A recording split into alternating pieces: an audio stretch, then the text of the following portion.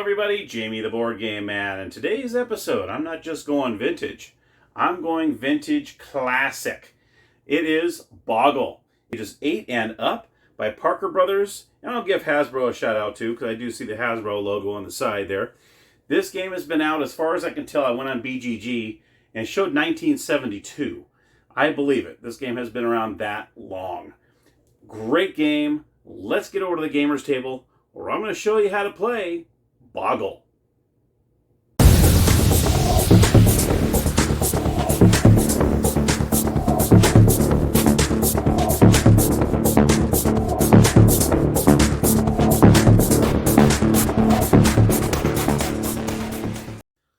All right, everybody, here we are at the gaming table. Let's check out the good old classic Boggle. All right, so here are the components of the game. You're going to have your instruction booklet. You're also going to have a 3-minute timer that comes with the game. And of course, the main attraction is your plastic cover here, along with the plastic case that holds these 16 cubes with letters on them. Now, what does not come with the game is a pen and paper. You're definitely going to have that. You got to write down the words that you find in there, and this doesn't come with that, but that's okay. A lot of games don't. So that's pretty much all you need for Boggle.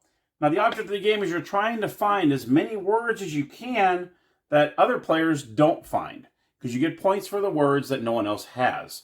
And if someone else has your word, then you cross it off. You don't get any points for it. So how you start off the game is you're going to go ahead and place this plastic cover on there. You're going to dump all the cubes, so they're all loose in there, and shake them up until all of them land in a spot just like that. There we go. Then you're going to go ahead and say, okay, ready, set, and go. And you're going to go ahead and start that 3-minute timer. And at that point, everyone's going to start looking at all the letters and trying to put together words. Now, what you can do in this game is you can go ahead, you can go horizontally, vertically, diagonally, as long as you don't use the same letter twice in the same word. So you can't backtrack over another word. So you can see here we have, let's see if I can find anything right now. How about, let's see, hot. So I can go H-O-T. That would work. Now, you have to have the minimum amount of 3 letters in a word. You can't use a 2-letter word. But you can use at least 3.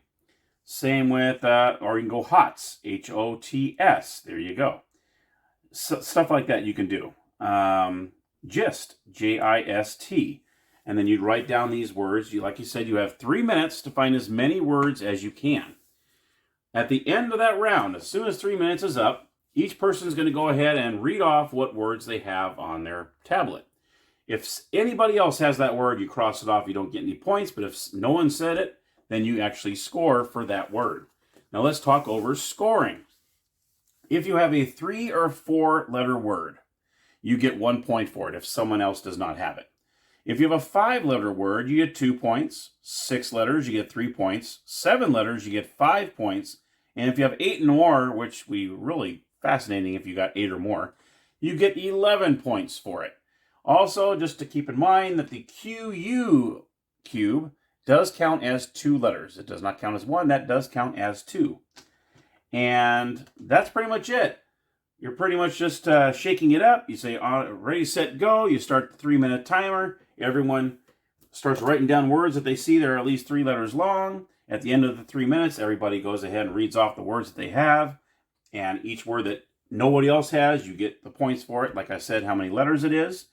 And how many rounds you go is totally up to you. If you want to go 1 round, 3 rounds, 5 rounds, however many rounds you want to go.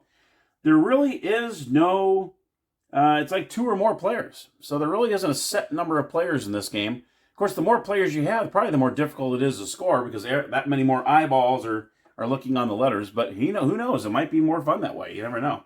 So anyway, that is my review on Boggle. So let's head on over to the game room, and I'll give you my final thoughts. All right, so my final thoughts on Boggle. Well, you know what? Let's just get right to the chase. Boom. Thumbs up. I remember when this game was out when I was a kid. Loved this game. Played it so many times. And I didn't realize it was made back in 1972. So it's been around 2 years before I was even born. So that is phenomenal that this game still is as popular as it is today. And so many versions have come out. I definitely want to get a cleaner version than this one. I didn't realize when I was reviewing this this plastic is horrible. So I definitely need to get maybe an upgraded one, maybe even the big Boggle. I've seen the big Boggle out there, and that looks pretty cool too. We have a lot more cubes and a lot more letters in there. That might be a little more intriguing. So I might actually look into getting the big Boggle and adding it to the collection here. Maybe turning this one in and getting the bigger one. But definitely get it. Let me know if you've played it, especially when you play it with as a kid, because this thing has been around almost 50 years. So yeah, let me know what your thoughts are on Boggle. Maybe you've never heard of the game. Maybe it's a game you might be interested in. Hopefully, I might have turned you on a game that's been around that long. Hopefully, that'd be awesome. So anyway, thank you so much for watching as always. And as always, happy gaming.